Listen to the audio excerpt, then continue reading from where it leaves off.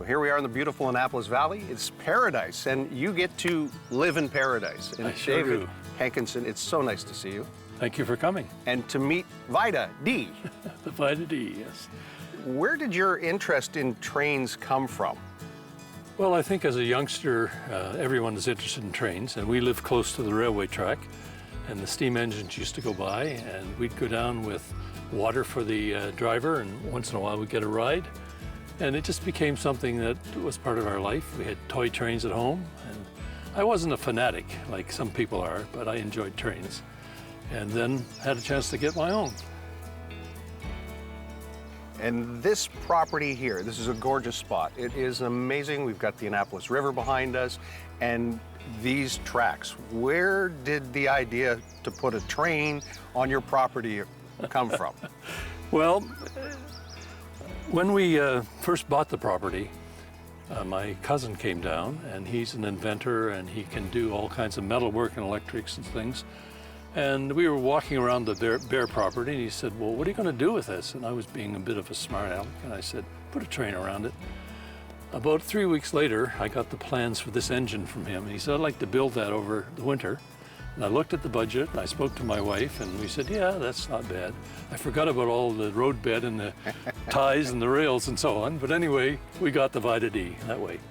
And those plans he just whipped up, he just dreamed it up? Was he a train enthusiast? I'm not sure about that, but he's enthusiastic about anything, and he did a lot of research. And this is actually pretty much a replica of a train that would have gone through here in the 1870s, 1880s, something like that. Sort of the era of the house. Right, and the home is built about 1890, you said? 1898, yeah. And the home was built by whom? For whom? It was built by a couple of local carpenters, but it was built for the mayor of Hamilton, Bermuda, excuse me, as a summer home. Okay. And he used to come up here, and he met a lady, and they called this place Ellenhurst, or Ellen's House. Mm-hmm. So it actually has a registered name, Ellenhurst. And you've lived here how long? 22 years. And the train has been here? 21 years. That's amazing. Tell me a little bit about this. Well, my cousin is Kerwin Davison, mm-hmm. and he just made this up because we needed something on the front of the train. But the interesting part of this is the 50080, which was the number on a crane that Linda's father, my wife Linda's father, drove for the CN. Hmm. So she spent summers in the caboose with that crane, and one of the things she said was, I really want a pool, but if you're going to have the train, you got to put this number on it. So this is why it's here. She gave up the pool idea for the train. No, okay. She didn't give up the idea, but we don't have a pool yet. Well, I think we should take a little walk back and talk about the mechanics of how this machine works. Sure. This has the engine, and it does. That's where it is, right? It's in here. Let's take a look. All right. I tell everybody I have a Mercedes because this is a little industrial Mercedes engine that came out of a reefer truck. Okay, so a refrigeration unit for a big transport truck, exactly. And somebody said that would make a perfect train engine. It does. For David's backyard. It's 4-cylinder, mm-hmm. and diesel? 38 horsepower diesel. Yeah. And the fuel tank is? It's over on the other side here. We can see that later. Yep. But this actually drives a hydraulic pump and powers a chain to a wheel on the other side. So it's a chain drive off a hydraulic pump. So there's an axle with a gear on it, and that's how it works. So it's not building pressure in a cylinder and making it move up and down like that. No, it moves with hydraulic pressure and what are called swash plates back and forth. Okay. So going ahead, they move one way, and the hydraulic fluid moves that way and powers the pump and powers the chain, and move the other way, we back up. So it's pretty simple. And it has brakes or not? Yeah, it does have brakes. Okay, there's one here that's a mechanical brake. This is a mechanical brake that is not in operation at the moment. That brake broke? It did. I got a little too heavy with it one time when I pulled on it. But I do have an air brake on the other side, which is what I use. This is just kind of an emergency if I need to slow down. Right. Old antique tractors sometimes don't have any brakes because they just stop when you take the power away. How is this? Does it keep rolling after you take the power It off? will a little bit because we have a number of grades in this property. This is one of the difficulties. The train will only do a grade of 5 or 7 degrees. Right. And I'm right on that. If you look up the track this way, Yep. you can see there's a grade. And over here in that area, there's a grade. So Right. that's the one I worry about. That's coming down. The going up is fine. Does it have a whistle? Yes, it does. If you look right up here, Oh, there it is. you can see the whistle. And once I have enough steam up, we can blow that. So where did you source that from? Is it anything authentic to any No, real train whistle? It's a hobby. Oh, okay. A hobby whistle made to sound like a train whistle. And this is a bell that I got from a friend who had some connections in the Navy. Right. So, I see a fish on top. yeah, you do. Not normal on a train. So now there's a process here. So, okay, as a diesel goes, you have to warm the glow plugs. So that's Right, so we'll do that first. Oh, okay. The button, it doesn't automatically shut off. No, I have to hold it and have Manual. to count. Okay. I'm never sure how long to leave it, but it's been sitting here for a while, so we'll just see if she'll catch all. Then once that's done, we just turn the key and see where we go. All right. Now, she may lurch a little bit because I'm not sure I'm in neutral here. Okay. We'll find out.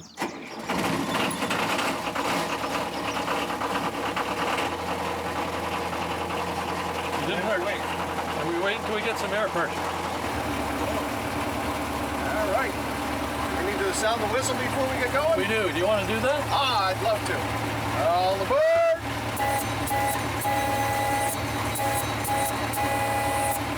I suppose there's probably some kind of protocol for signaling. There is. We should take the brakes off. Yes. There we go. Now we're rolling. That's good to know the brakes work.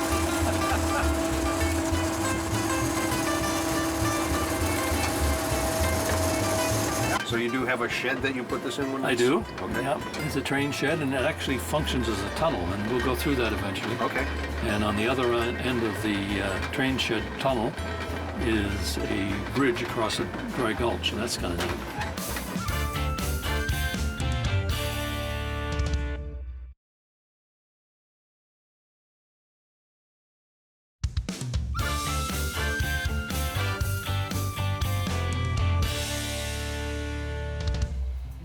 So we have not a regular standard size scale here. Like a standard scale train track would be, what is it, 4 feet, 8.5 inches Right. between the rails. Right. So what scale is this? This is 3 foot, and it's actually mine scale. The rails came out of a mine in Cape Breton. The Prince mine in Porticone was shutting down, and we were looking everywhere for rail. For guys who are really into trains, this is 40-pound rail, and was in a mine. So when we got it, it was quite twisted and unusable. So we found a rail bender, so we bent the rails back straight or curved them as needed, and it worked out fine. And the rails have to match the wheels. Yes. So where did the wheels come from to go with the rails that were mine rails? Well, I got the wheels from the same place, but there's an interesting story there. Okay. The wheels that we got with the track we're not using at the moment because I was going to build a passenger car, but they are 3-foot rails, and that's why I'm using 3 feet, because I was going to build other equipment. So I ordered an extra shipment of rails and 12 sets of wheels. I got 48 wheels and no rails. So you'll notice as we go by, I have a storehouse of wheels up here. Spare wheels. But that was an interesting story. And what we tried to do is use recycled material for everything here. And these ties are interesting because they were actually under a flume up on the North Mountain, which is over in this direction. Okay. And they carried water down to a generating station, and they'd replaced them with concrete.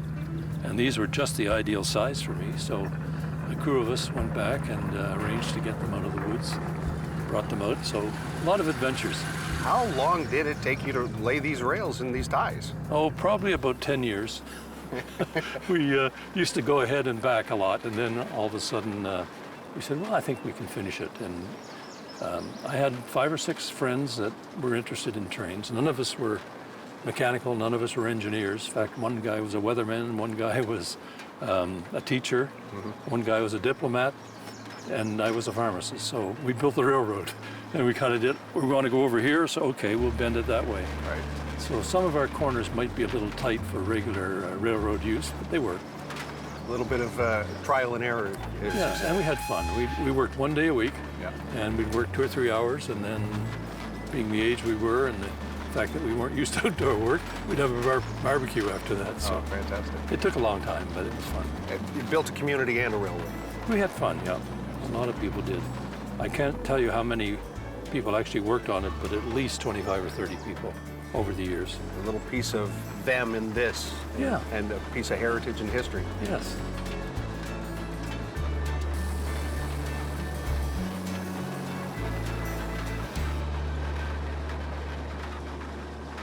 David, how does one learn to drive a train that's built by your cousin? Was that in the manual? Did it come with instructions, or did he teach you? No, he didn't teach me actually, and I'll tell you a little funny story, and I learned in a hurry.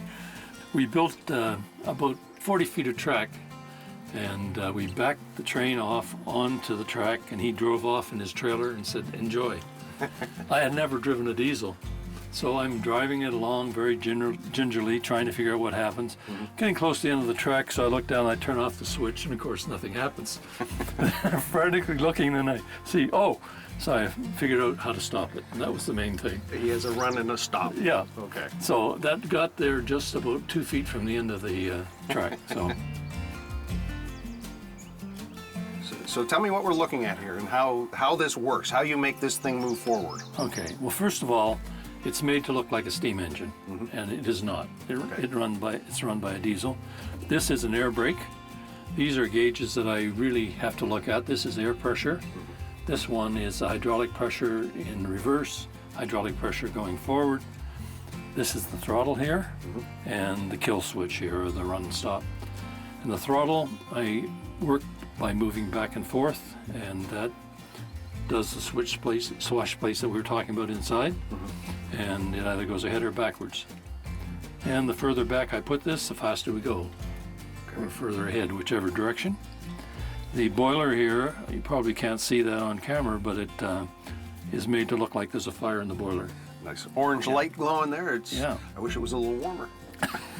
I'm thinking it's probably a lot less warm in the cockpit than it would be for a steam train. Those must have been hot. Yeah, I think they were, but this does generate some heat too, actually, back through the boiler after you've been running it for a while. Right. But it's, we don't run it in the winter. It's a good day train, or a good weather train, I guess I should say. Fair weather. Because fair weather train, that's the word I'm looking for. The track is inclined, and if it gets wet, you lose traction too much. So we just don't do that. We learned one day that it took a long time to get it in the storage shed after it had some snow.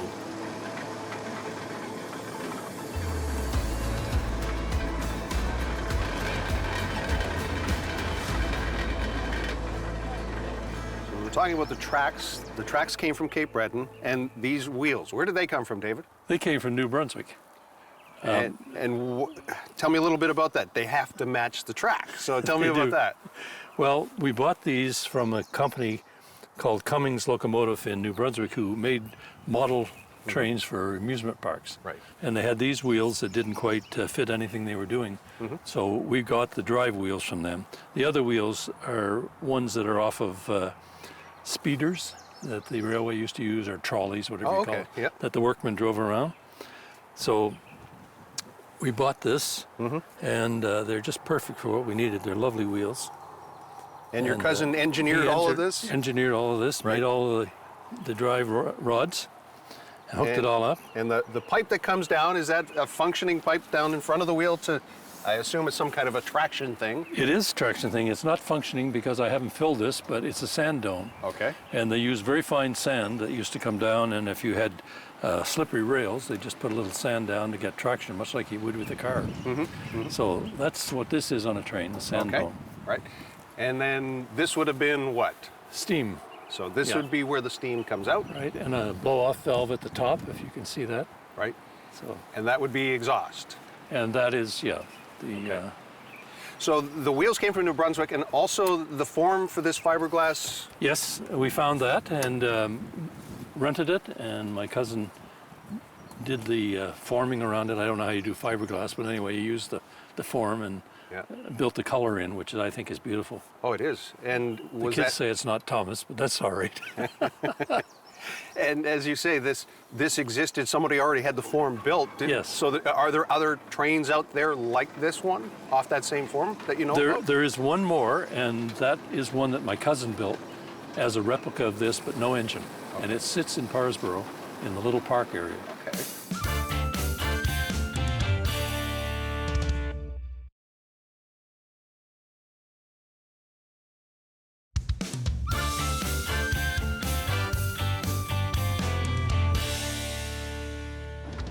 It's quite a thing.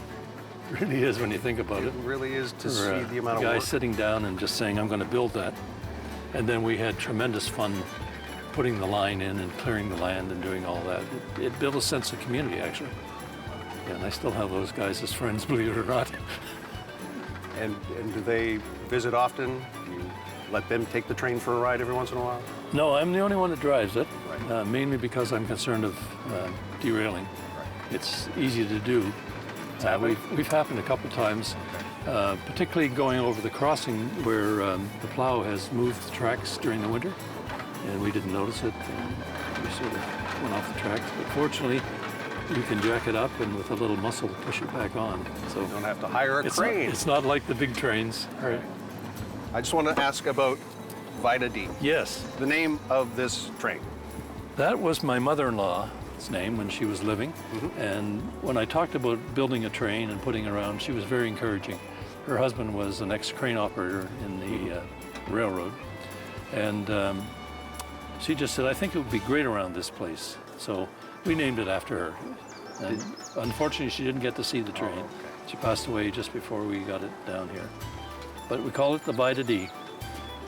Very touching tribute. Very touching tribute. Well, it's kind of neat. She was a great lady.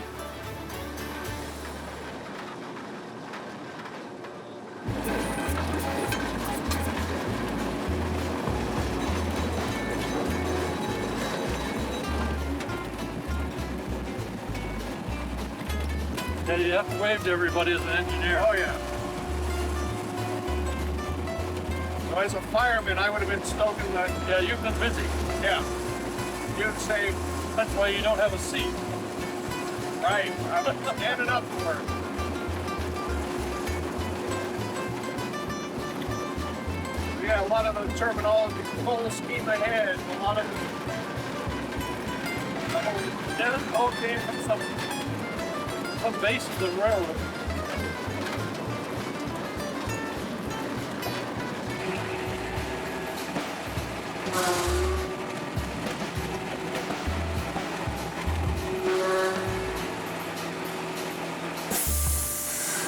There we are.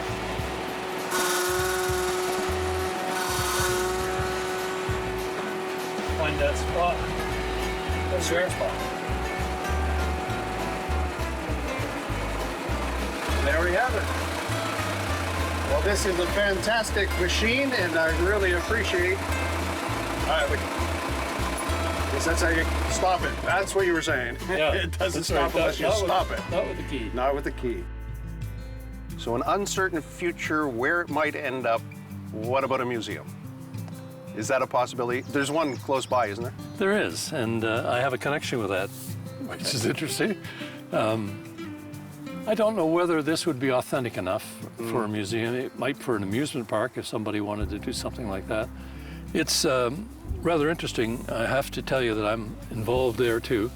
And we took a building that had been run as a union station by CP and CN up until around the late 80s, and then they just walked away from it. And the original train papers and books and everything were there. It's just as if the operator went home for supper and didn't come back. And the building was sitting there, owned by the province, and we put a group together called the Middleton Railway Historical Society, and bought the train, bought the station, and have been refurbishing things. And I would love to take you through it, except that we had a little fire a week ago. But we could go look at the the outside ones. So Dave, what's your connection to this space right now? Well, I'm very lucky to be the chair of the board here, but our pride and joy is sitting right here. And this engine used to be down in Upper Clements Park, but it has a real history. It is one of, I think, 4 remaining steam engines of that class in Canada. Wow. It has a very special boiler in it that I don't understand, but it increases efficiency. And railroad guys we talk to get all excited about that. But we've spent a lot of time on it. It never did have a metal cab. It only had the wooden cab, which was deteriorated, so we rebuilt this and put the steel roof on it. We're in the process of redoing the tender. The sulfur in the coal ate through a lot of the metal. Right. So we're hopefully by next week we'll have the sides on this and it'll be ready for painting, and then that's our prime attraction. This is 1274, but if you come up to the front, you'll see it has a different number because it was numbered several different times.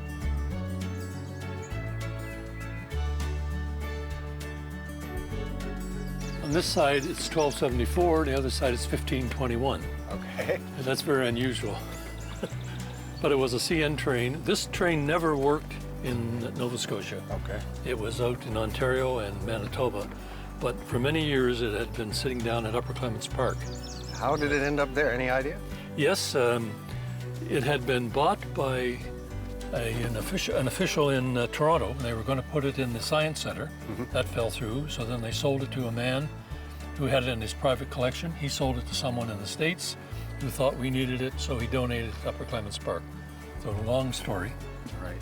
And it sat there, and it was in remarkable shape for not having any work done on it. And we bought that from the municipality when they closed the park and had it moved up here, which was quite interesting to see. We had to take a lot of what we call the jewelry off, smokestacks, the steam domes and so on, to get underneath the overpasses. Right. It was brought here on a flat deck or something? Yes, it was, yeah. It's awfully heavy looking. It's a pretty heavy, I've forgotten how many tons it is, but. So that was our first acquisition. And then in Upper Clements, there were 4 boxcars, and we got one of them. So David, you've got a model, a replica train in your backyard. You're a retired pharmacist. You're involved with the board here. What is it about trains? Why does this matter? Well, I think if you're our age, trains matter a lot because there's so much history attached to trains. It developed the whole valley, for example. All the produce and so on was along the railway tracks. When I grew up over here in this area, was a big cannery. It was doing all sorts of vegetables and fruits and things. And the train would come every day. You set your watch by the train. It's just part of life. Younger kids miss that, but they have an interest in trains. So we're trying to pass that on and talk about the history, and not just the fact that they're a fantastic machine, but what they contributed to the economy. And a culture. This has been a very enlightening and entertaining day, and I really do thank you for sharing some of your life with us. Thank you for coming. And you're welcome anytime. When this is open, bring your friends. Absolutely. We'll do that.